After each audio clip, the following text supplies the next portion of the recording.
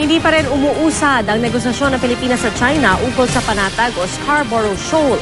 Wala pa rin gustong umalis sa isla. Nilinaw naman ng Department of National Defense na walang kinalaman sa tensyon ang pagsisimula ng balikatan exercises bukas. Nagkataon lang daw ito. Nakatutok si Jam Sisante. Wala pa ring bumibigay sa pagitan ng Pilipinas at China sa standoff sa Panatag o Scarborough Shoal. Ayon kay DFA spokesman Raul Hernandez, nanatili pa rin ang stalemate. Agad niyang siniguro na patuloy pa rin ang komunikasyon ng DFA at Embahada ng China.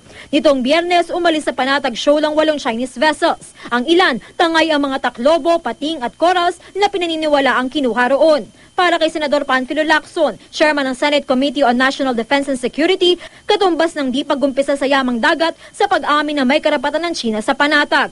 Sa ngayon, 2 na ang barko ng China sa Panatag matapos bumalik ang isa roon kahapon. Nag-iisa naman doon ang BRP Pampanga ng Philippine Coast Guard. May namataan ding isang Chinese aircraft. Ang barko namang MV Sarangani na naroon para mag-archaeological survey, hinaharas daw ng isa sa mga barko ng China. Nagkasundo kasi si Secretary at si Ambassador Ma na dapat huwag munang gagawa ng hakbang ng bawat isa hanggat hindi sila muling nagpupulong. Kaya nasorpresa si ating Secretary de Rosario na mayroong bagong barko doon. Ayon kay Hernandez, sa ngayon walang gustong unang umalis sa Panatag. Si DFA Undersecretary Erlinda Basilio raw muna ang mamumuno sa negosasyon sa China dahil bumiyahe pa Amerika si DFA Secretary Albert Del Rosario kaninang umaga. Sa gitna ng tensyon sa Panatag Shoal, nataong magsisimula bukas ang balikatan exercises ng mga tropang Amerikano at Pilipino na bahagi ng pagsasamoderno ng AFP.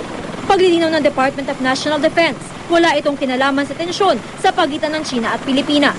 This is a regular exercise. This is